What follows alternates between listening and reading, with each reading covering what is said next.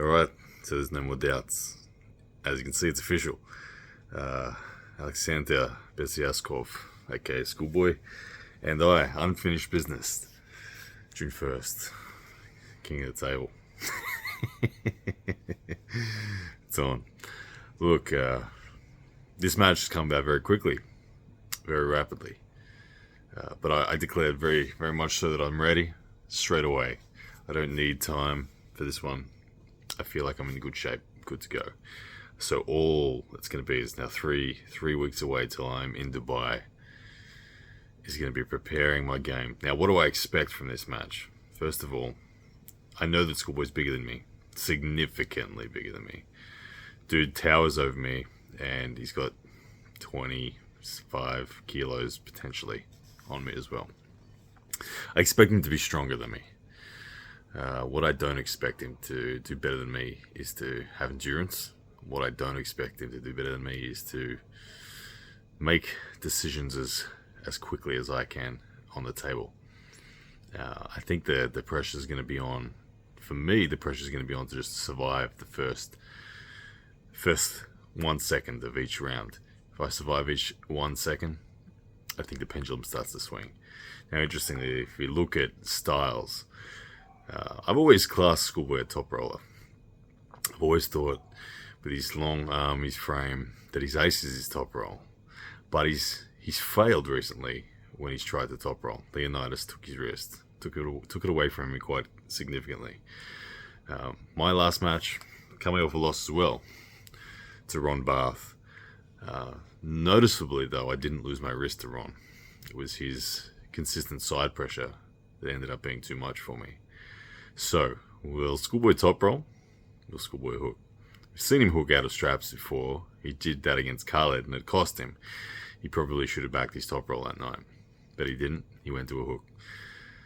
When we were live on a podcast together with Ray before this match was official, Schoolboy said he would hook me. Now, that's an interesting one for me. I think that Schoolboy hooking me is the nervous answer. I think that his best move is his top roll. And I'm a shorter man than him. He should just be top rolling me. But I think he's going to hook.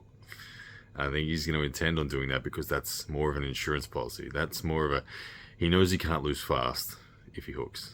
Because, look, when a long arm wrestler who's got a bigger hand than his opponent decides to hook, they usually can set it. Like, it's not a question of whether he can set the hook or not. So I think he's already playing the conservative approach. He just wants to get in the match and doesn't want to lose his hand control.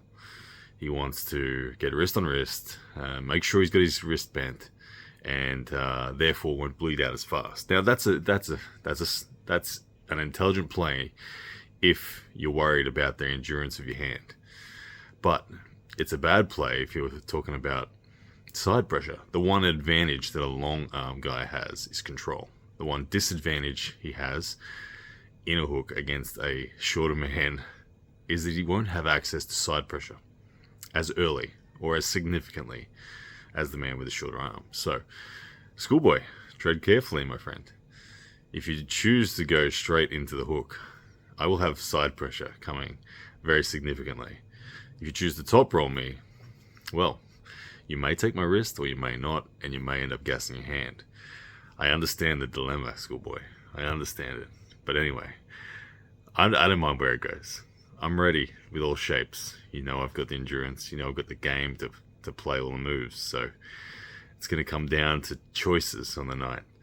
And yeah, you do have the power of choice. Being the taller man, the stronger man, I'll even say that. Being the stronger and taller man, I genuinely believe you have the power of choice. You can force whatever lane you want. But once there, the question is, will you regret it?